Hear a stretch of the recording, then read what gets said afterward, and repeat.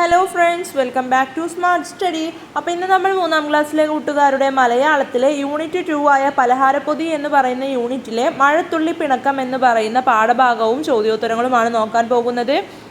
ഇതിനു മുൻപേ വരെയുള്ള എല്ലാ പാഠഭാഗങ്ങളും അതിലെ ചോദ്യങ്ങളും ഉത്തരങ്ങളും പ്രവർത്തനങ്ങളും എല്ലാം നമ്മൾ വീഡിയോ ആയിട്ട് അപ്ലോഡ് ചെയ്തിട്ടുണ്ട്. അപ്പോൾ നിങ്ങൾക്ക് വേണ്ടിയിട്ട് ഒരു പ്രത്യേക പ്ലേലിസ്റ്റ് തന്നെ നമ്മുടെ ചാനലിലുണ്ട്. ക്ലാസ് 3 മലയാളം എന്ന് പറയുന്ന പ്ലേലിസ്റ്റാണ്. അതിൻ്റെ ലിങ്ക് ഞാൻ ഈ വീഡിയോയുടെ താഴെ ഡിസ്ക്രിപ്ഷൻ ബോക്സിൽ കൊടുക്കാം. അപ്പോൾ അത് എല്ലാ കൂട്ടുകാരും ഒന്ന് പോയി ചെക്കൗട്ട് ചെയ്ത് നോക്കൂട്ടോ. നിങ്ങളുടെ മറ്റുള്ള എല്ലാ വിഷയങ്ങളുടെയും ഇതുപോലെയുള്ള പ്ലേലിസ്റ്റുകളും എല്ലാ ചാപ്റ്ററുകളുടെയും വീഡിയോസും നമ്മൾ അപ്ലോഡ് ചെയ്യുന്നുണ്ട്.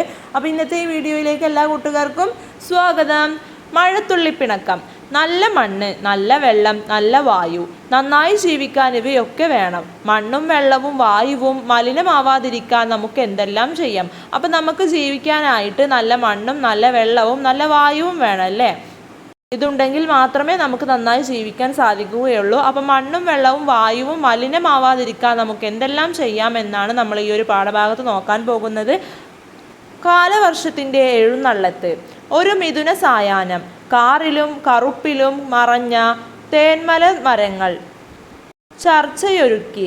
ചിലർ പറഞ്ഞു സൂര്യനില്ല, ചിലർ പറഞ്ഞു സൂര്യൻ മരിച്ചു, ചിലർ പറഞ്ഞു മഴമേഘങ്ങളുടെ മറവിൽ അദ്ദേഹം ഇരിക്കുന്നു. അപ്പോൾ എന്താണ്? ഒരു മിഥുന സായാഹ്നം, കാറിലും കറുപ്പിലും മറഞ്ഞ തേന്മല മരങ്ങൾ ഉണ്ടല്ലേ, അവരൊക്കെ കൂടിയിട്ട് ഒരു ചർച്ചയൊരുക്കി അല്ലേ. ചിലർ പറയുകയാണ്, എന്താണ് പറഞ്ഞത്? സൂര്യനില്ല എന്ന് പറയുന്നുണ്ട്. മറ്റു ചിലർ പറയുന്നുണ്ട് സൂര്യൻ മരിച്ചു എന്ന്. ചിലർ എന്താണ് പറയുന്നത്? മഴമേഘങ്ങളുടെ മറവിൽ സൂര്യൻ ഒളിച്ചിരിക്കുകയാണ് എന്നാണല്ലേ പറയുന്നത്. നമ്മുടെ കണ്ണിൽ പെടുന്നില്ല, സൂര്യനുണ്ട്. തേന്മലക്കാറ്റ് വരുന്നു, മഴ വരുന്നു, മഴ മുത്തുമഴ, കാറ്റ്, മഴ, ഇടി, പാടവും റോഡും കലങ്ങിയ വെള്ളം കൈയടക്കി. മഴത്തുള്ളി പറഞ്ഞു, വൃത്തികെട്ട മനുഷ്യർ, വൃത്തികേടാക്കി മുക്കിലിട്ട ഭൂമി. ആ ഓട്ടുപാത്രം നമുക്ക് തേച്ചു വെളുപ്പിക്കാം. മഴവെള്ളത്തിൽ തല ഒലുമ്പുന്ന വള്ളികൾ, തോർത്തു മാത്രമുടുത്തു മരങ്ങൾ, മലവെള്ളത്തിൽ ഒലിച്ചു വരുന്ന പെരുമ്പാമ്പായ കറുത്ത പാത.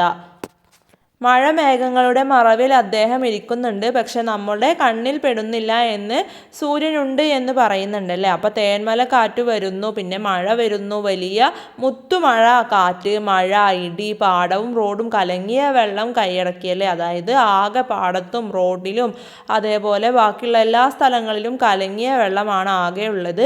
മഴത്തുള്ളി എന്താണ് പറയുന്നത്? വൃത്തികെട്ട മനുഷ്യർ, വൃത്തികേടാക്കി മുക്കിലിട്ട ഭൂമി എന്ന് പറയുന്നുണ്ടല്ലേ. ആ ഓട്ടുപാത്രം നമുക്ക് തേച്ചു വെളുപ്പിക്കാം എന്ന് പറയുന്നുണ്ട്. മഴവെള്ളത്തിൽ തല ഒലുമ്പുന്ന വള്ളികൾ, തോർത്തു മാത്രം ഉടുത്തു മരങ്ങൾ, അതുപോലെ എന്താണ്? മലവെള്ളത്തിൽ ഒലിച്ചു വരുന്ന പെരുമ്പാമ്പായ കറുത്ത പാത എന്നെല്ലാം പറയുന്നുണ്ടല്ലോ. അപ്പോൾ ഇത് എഴുതിയത് പി കുഞ്ഞിരാമൻ നായരാണ്. കവിതയുടെ കാൽപ്പാടുകൾ എന്ന് പറയുന്നതിൽ നിന്നെടുത്ത ഒരു കവിതയാണ് ഇവിടെ തന്നിട്ടുള്ളത്. തേന്മല മരങ്ങൾ എന്ന് പറഞ്ഞാൽ തേന്മലയിലെ മരങ്ങളാണ്. നമുക്ക് ഈ പാഠഭാഗത്തിലെ ചോദ്യങ്ങളും ഉത്തരങ്ങളും നോക്കാം. സായാഹ്നം എന്ന വാക്കിൻ്റെ അർത്ഥം നിഘണ്ടു നോക്കി കണ്ടെത്തൂ. അപ്പോൾ സായാഹ്നം എന്ന വാക്കിൻ്റെ അർത്ഥം എന്താണ്? ഉത്തരം, സായാഹ്നം എന്നാൽ വൈകുന്നേരം എന്നാണ് അർത്ഥം. രണ്ടാമത്തെ ചോദ്യം, മഴത്തുള്ളിയുടെ പിണക്കം സൂചിപ്പിക്കുന്ന വാക്യം കണ്ടെത്തൂ. എന്തിനാണ് മഴത്തുള്ളി പിണങ്ങിയത്? ഉത്തരം, വൃത്തികെട്ട മനുഷ്യർ, വൃത്തികേടാക്കി മുക്കിലിട്ട ഭൂമി. ആ ഓട്ടുപാത്രം നമുക്ക് തേച്ചു വെളുപ്പിക്കാം. മനുഷ്യർ പ്ലാസ്റ്റിക്കുകളും മറ്റു വേസ്റ്റുകളും വലിച്ചെറിഞ്ഞു ഈ ഭൂമിയെ വൃത്തികേടാക്കിയിരിക്കുന്നു. കീടനാശിനികളുടെ അനിയന്ത്രിതമായ ഉപയോഗവും ഈ ഭൂമിയെ മലിനമാക്കി. പ്രകൃതിയെ സംരക്ഷിക്കേണ്ട മനുഷ്യർ തന്നെ അതിലുള്ള മണ്ണും വെള്ളവും വായുവും എല്ലാം മലിനമാക്കിയത് കൊണ്ടാണ് മഴത്തുള്ളി പിണങ്ങിയത്. മൂന്നാമത്തെ ചോദ്യം, മഴത്തുള്ളി എങ്ങനെയാണ് ഭൂമിയെ വൃത്തിയാക്കുന്നത്? ഉത്തരം, മനുഷ്യർ മലിനമാക്കിയ ഈ ഭൂമിയെ ഒരു ഓട്ടുപാത്രം തേച്ചു മിനുക്കുന്നത് പോലെയാണ് മഴത്തുള്ളി വൃത്തിയാക്കുന്നത്. മഴയുടെ നീരിൽ ഭൂമിയിലുള്ള മാലിന്യങ്ങളും മറ്റും കളഞ്ഞാണ് ഭൂമിയെ മഴ വൃത്തിയാക്കുന്നത് എന്നും നമുക്ക് പറയാം. അടുത്ത ചോദ്യം, നാലാമത്തെ ചോദ്യമാണ്, മഴത്തുള്ളിയുടെ വിഷമം മാറ്റാൻ നമുക്ക് എന്തെല്ലാം ചെയ്യാൻ കഴിയും? ഉത്തരം, പ്ലാസ്റ്റിക്കുകളും മറ്റും കൃത്യമായി സംസ്കരിച്ചും മാലിന്യങ്ങൾ പുഴയിലേക്കും റോഡിലേക്കും വലിച്ചെറിയാതിരുന്നും അടുക്കള മാലിന്യങ്ങൾ കമ്പോസ്റ്റ് കുഴിയിലിട്ടും ഫാക്ടറി മാലിന്യങ്ങൾ വേണ്ട വിധം സംസ്കരിച്ചുമെല്ലാം നമുക്ക് ഭൂമിയെ വൃത്തിയായി സൂക്ഷിക്കാം. ഇങ്ങനെ മഴത്തുള്ളിയുടെ പിണക്കം നമുക്ക് മാറ്റാം. അഞ്ചാമത്തെ ചോദ്യം, തേന്മല മരങ്ങൾ ചർച്ചയൊരുക്കി. കാറ്റത്ത് ഉലയുന്ന മരങ്ങളിൽ നിന്നുയരുന്ന ശബ്ദങ്ങളാണല്ലോ മരങ്ങളുടെ ചർച്ചയായി പറയുന്നത്. ഇതുപോലെ മറ്റെന്തെല്ലാം കാഴ്ചകളാണ് ഇതിൽ പറയുന്നത്? കണ്ടെത്തി എഴുതൂ. അപ്പോൾ ഒന്നാമത്തേത് എന്താണ്? മഴ വരുന്നു, വലിയ മുത്തുമഴ. ആദ്യം മഴ പെയ്യുമ്പോൾ വലിയ തുള്ളികളായാണ് പെയ്യുക. മഴത്തുള്ളികൾ വീഴുന്നത് കണ്ടാൽ മുത്തുകൾ വീഴുന്നത് പോലെ തോന്നുന്നു. അടുത്തത് രണ്ടാമത്തേത്, മനുഷ്യർ വൃത്തികേടാക്കി മുക്കിലിട്ട ഭൂമി. കുപ്പികളും പ്ലാസ്റ്റിക് കവറുകളും ഭക്ഷണ വേസ്റ്റുകളും എല്ലാം മനുഷ്യർ വലിച്ചെറിയുന്നത് ഭൂമിയിലേക്കാണ്. അങ്ങനെ ഈ ഭൂമിയെ മനുഷ്യർ വൃത്തികേടാക്കി എന്നാണ് കവി ഇവിടെ സൂചിപ്പിക്കുന്നത്. മൂന്നാമത്തേത്, മഴവെള്ളത്തിൽ തല ഒലുമ്പുന്ന വള്ളികൾ. മഴവെള്ളം വീഴുമ്പോൾ വള്ളിച്ചെടികൾ കുലുങ്ങുന്നത് കണ്ടാൽ തല നന്നായി ഉലച്ചു കഴുകുന്നതായി നമുക്ക് തോന്നും. ഇതാണ് കവി ഇവിടെ സൂചിപ്പിക്കുന്നത്. നാലാമത്തേതാണ്, മലവെള്ളത്തിൽ ഒലിച്ചു വരുന്ന പെരുമ്പാമ്പായ കറുത്ത പാത. കലങ്ങി മറിഞ്ഞ മഴവെള്ളം ടാറിട്ട റോഡിലൂടെ ഒഴുകുന്നത് കണ്ടാൽ പെരുമ്പാമ്പ് ഇഴഞ്ഞു വരുന്നത് പോലെ തോന്നും എന്നാണ് കവി ഇവിടെ ഉദ്ദേശിച്ചത്. അടുത്തത്, മഴത്തുള്ളിയെ പോലെ ഭൂമിയെ വൃത്തിയാക്കുന്നവർ വേറെയുമുണ്ട്. ചിത്രം വായിക്കൂ. അപ്പോൾ നമുക്ക് ചിത്രം അവിടെ തന്നിട്ടുണ്ടല്ലേ. ചിത്രം എന്താണ്? ഇന്നിൻ്റെ കാഴ്ചകൾ. ശ്രീജ പള്ളം വരച്ച ഒരു ചിത്രമാണ് അവിടെ തന്നിട്ടുള്ളത്. അപ്പോൾ 2 ചോദ്യങ്ങളുണ്ട്, എന്താണെന്ന് നോക്കാം.